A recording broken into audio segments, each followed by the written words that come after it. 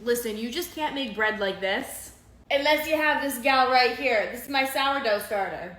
Let me show you how I like to make my favorite sourdough sandwich bread. Starting off with a bowl, a kitchen scale, and the most important thing, which is some sourdough starter. This is what the starter looks like when you receive it, and then this is what it looks like once you hydrate it. I've been using a starter for over a year now, trust me, it's the best. Starting off with 325 grams of lukewarm water. You need it to be warm if we're gonna be doing this the same day. Because I don't wait 2 days for sourdough. I have sourdough the same day. 150 grams of active sourdough starter. Give this a gentle mix. There'll still be some lumps in there of the sourdough starter. It's fine. 32 grams of honey. 20 grams of avocado oil. This is what's gonna give it a little bit of a different texture. And some fine salt, adding in about 7 grams. 500 grams of bread flour. I know you're gonna say, can I use all-purpose flour? You could, but the texture is not gonna be the same. So I always use bread flour, and I recommend that you always use bread flour. I don't use one of those bread whisks. I think it's a waste of money. I just use my hand. So go ahead and mix up your dough.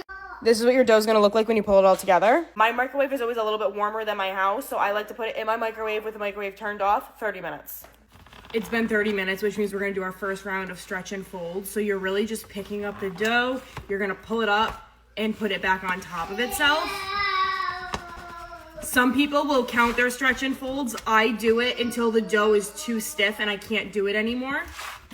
Back in the microwave for 30 minutes. I'm going to do that a total of 4 times. So it's gonna be 2 hours. Every 30 minutes you do the stretch and folds and set it aside. Okay, it has officially been 5 hours since we mixed our dough. I'm gonna go ahead and shape it now. The way I know that it's ready, for me personally, is when it's not quite doubled, very close to doubling in size. And when you touch it, it doesn't stick to your fingers. I've got a greased and floured loaf pan here. This is what we're gonna put it in the fridge in, and then this is what we're gonna bake it in.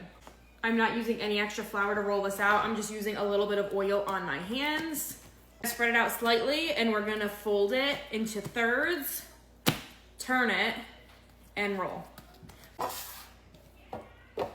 And add it into our loaf pan. Covering this with a little bit of plastic wrap. I'm gonna pop this in the fridge for a few hours, honestly until dinner time when I'm ready to make it. It's currently 7:15. This is going in the oven at 400, covered for 35 minutes. This baked for 35 minutes. I took the foil off. It's going back in the oven at 400 for 15 more minutes. This just came out of the oven and it looks perfect. I like to get a stick of butter and just brush it all over the top and let it melt a little bit.